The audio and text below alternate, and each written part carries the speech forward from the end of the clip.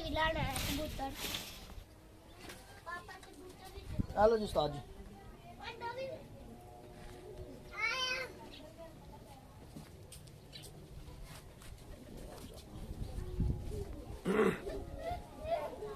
ਆ ਇਹਨਾਂ ਦੀ ਗਲਵੇ ਸਾਡੇ ਕਬੂਤਰ।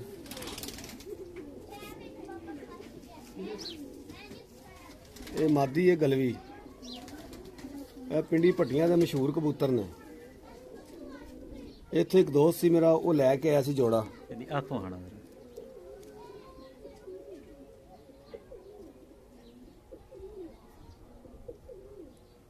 ਇਹ ਉਹਨਾਂ ਦੇ ਖਾਨਦਾਨੀ ਕਬੂਤਰ ਨੇ, ਪੀੜ੍ਹੀ ਤੋਂ ਪੀੜ੍ਹੀ ਉਹਨਾਂ ਕੋਲ ਹੈਗੇ ਨਸਲ ਹੈ ਇਹਨਾਂ ਦੀ। ਇਹ ਸਿਰਫ ਬਹੁਤ ਸਿਫਾਰਿਸ਼ਾਂ ਨਾਲ ਜੋੜਾ ਸਾਡੇ ਕੋਲ ਆਇਆ ਤੇ ਬਹੁਤ ਹੀ ਬੱਚਾ ਇਹਦਾ ਉੱਡਿਆ। ਬਹੁਤ ਇਹਨੇ ਮਜ਼ਾ ਦਿੱਤਾ ਬੱਚੇ ਨੇ। ਇਹਦਾ ਵੇਖੋ ਸ਼ੋਲਡਰ ਵੇਖੋ ਕਬੂਤਰੀ ਦਾ, ਔਰ ਪੱਲਾ ਦੇਖੋ। ਜੋੜਾਂ ਦੀ ਥੱਲੋਂ ਪੂਰੀ ਕਬੂਤਰੀ ਹੈ, ਬੰਦ ਜੋੜ ਨੇ, ਲੰਮੀ ਹੱਡੀ ਇਹਦੀ। ਬਹੁਤ ਅੱਛੀ ਪਰਵਾਜ਼ ਇਹਦੇ ਬੱਚਿਆਂ ਦੀ। ਇਹ ਮਾਦੀ ਹੈਗੀ। ਅੱਛਾ, ਇਹਦੇ ਨਾਲ ਨਰ ਵੀ ਉਸਤਾਦ ਜੀ ਇਹਦੇ ਨਾਲ ਦਾ ਹੀ ਲਾਇਆ? ਨਰ ਵੀ ਇਹਦੇ ਲੈ ਗਲਵਾ ਹੀ ਲਾਇਆ, ਉਹ ਵੀ ਤੁਹਾਨੂੰ ਸ਼ੋਅ ਕਰਾਣੇ ਆ। ਗਲ ਜਿਸੇ ਚੱਲੂਗੀ ਜੀ ਉਸਤਾਦ। ਇਹ ਉਸ ਕਬੂਤਰੀ ਦਾ ਨਰ ਹੈਗਾ, ਗਲਵਾ ਕਬੂਤਰ।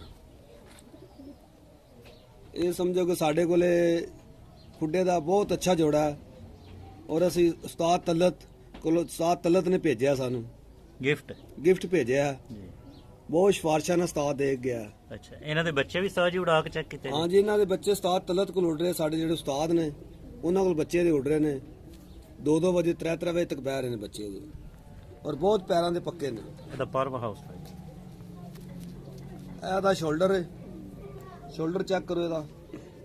ਜਦੋਂ ਵੀ ਜੋੜਾ ਲਾਣਾ ਹੋਵੇ, ਕਬੂਤਰ ਦਾ ਸ਼ੋਲਡਰ ਪੂਰਾ ਹੋਣਾ ਚਾਹੀਦਾ।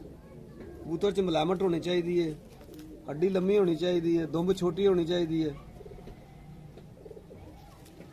ਪੰਜੇ ਖੁਸ਼ਕ ਹੋਣੇ ਚਾਹੀਦੇ ਨੇ, ਜਾਂ ਜਾਮ ਨੂੰ ਪੰਜੇ ਹੋਣੇ ਚਾਹੀਦੇ ਨੇ। ਵੇਖ ਸਕਦੇ ਹੋ ਦੋਸਤੋ ਤੁਸੀਂ, ਤੇਜ਼ ਰੈੱਡ ਕਲਰ ਦੇ ਪੰਜੇ ਨੇ ਔਰ ਖੁਸ਼ਕ। ਹੱਡੀ ਤੋੜ ਤੱਕ ਜਾ ਕੇ ਪਿਛਲੇ ਜੋੜ ਤੱਕ ਲੱਗਣੀ ਚਾਹੀਦੀ ਹੈ, ਜਿਹੜਾ ਜੋੜੇ ਲਾਣਾ ਹੋਵੇ ਕਬੂਤਰ।